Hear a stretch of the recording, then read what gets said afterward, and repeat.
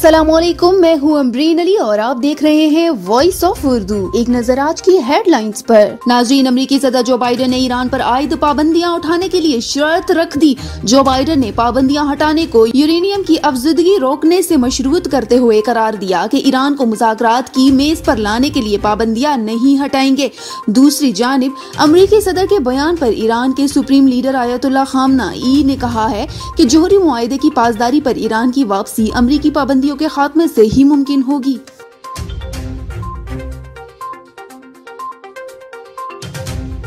कानून वालों ने ही कानून की धज्जियां उड़ा दी। जी हां, सीडीए की जानिब से F8 कचहरी में पार्किंग और फुटपाथ पर बने गैर कानूनी चेंबर गिराए जाने के खिलाफ वकला ने एहतजाज करते हुए कानून की धज्जियां उड़ा दी। इस्लामाबाद हाई कोर्ट के चीफ जस्टिस ब्लॉक में वकला ने खिड़कियों के शीशे तोड़ दिए और तोड़ फोड़ की। वकला ने चीफ जस्टिस के खिलाफ नारेबाजी भी की, पुलिस और सहाफियों से बदतमीजी की, इन्हें धक्के दिए और आपे से बाहर हो गए। इसके अलावा वकला ने इस्लामाबाद की जिला कचहरी में तमाम अदालतें बंद करा दी। अदालतों में जेर समाअत मुकदमात की कार्रवाई रोक दी गई। तमाम साइलिन का अहाता अदालत में दाखिला भी बंद कर दिया गया। मुश्ताइल वकला का मुतालबा था कि जब तक हमारे चेंबर दोबारा नहीं बनाए जाते कोई बात नहीं करेंगे। इस्लामाबाद हाई कोर्ट की सर्विस रोड को भी ट्रैफिक के लिए बंद कर दिया गया।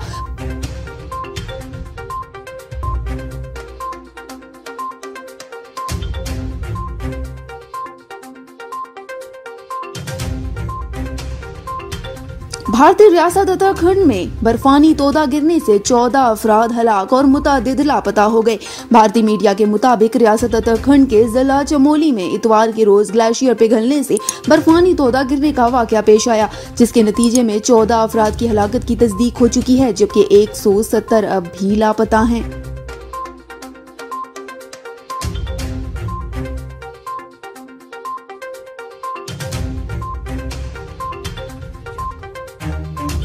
बरतानवी हुकूमत ने मुल्क में मुकीम गैर कानूनी तारकीन वतन के लिए वैक्सीन एमनेस्टी का ऐलान कर दिया। तफसीलात के मुताबिक बरतानिया में रहने वाले तमाम अफराद को वैक्सीनेशन के अमल से गुजारने के लिए गैर कानूनी तारकीन वतन से मुतालिक वैक्सीन एमनेस्टी का ऐलान सामने आया। गैर कानूनी तारकीन वतन भी वैक्सीन लगवा सकते हैं। मुल्क में 13 लाख से ज्यादा तारकीन वतन गैर कानूनी तौर पर मुकीम है।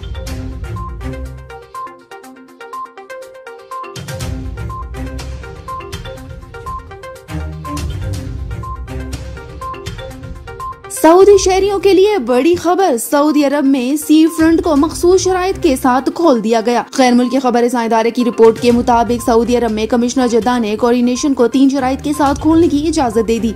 वाज़ेह रहे कि साहिल समंदर को फिलहाल जुज़वी तौर पर बहाल किया गया है। बाकी तमाम इदारे और इमारात जो कोरोना की वजह से बंद की गई हैं, हुकूमती अहकामात के बाद ही खोली जाएंगी।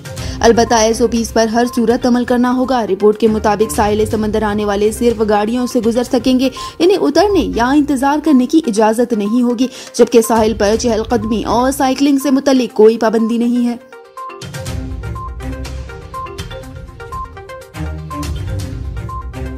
पाकिस्तान ने रावलपिंडी टेस्ट जीतकर जनूबी अफ्रीका को व्हाइट वॉश कर दिया। शाहीनों ने प्रोटीज को 95 रन से शिकस्त दी। मेहमान टीम 370 रन के ताकुब में 274 पर ऑल आउट हो गई। मैच में 10 विकेटें लेने वाले Hasan Ali man of the match करार पाए। Wicket keeper Mohammad Rizwan man of the match series का अवार्ड ले उड़े।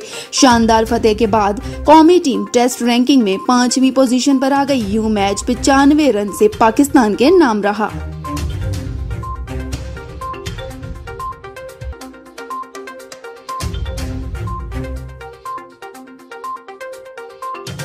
और अब मौसम।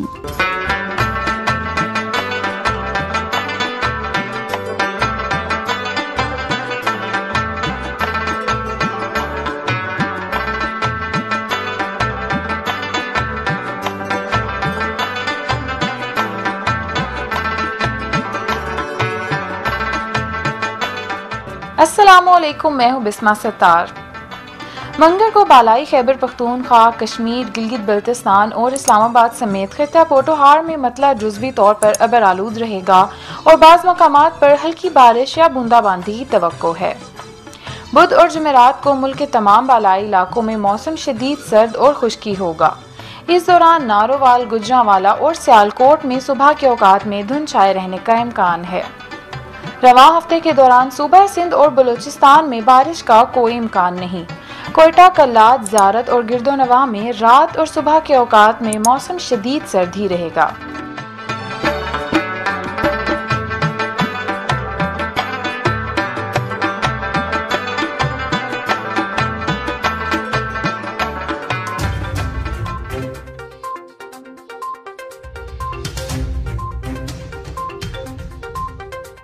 ये थी अब तक की हेडलाइंस। मजीद खबरों के लिए विजिट कीजिए हमारी वेबसाइट www.voiceofurdunews.nl या फेसबुक पेज पर क्लिक करें। इसके अलावा आप हमारा यूट्यूब चैनल भी सब्सक्राइब करके मजीद खबरें देख सकते हैं। देखते रहिए वॉइस ऑफ उर्दू।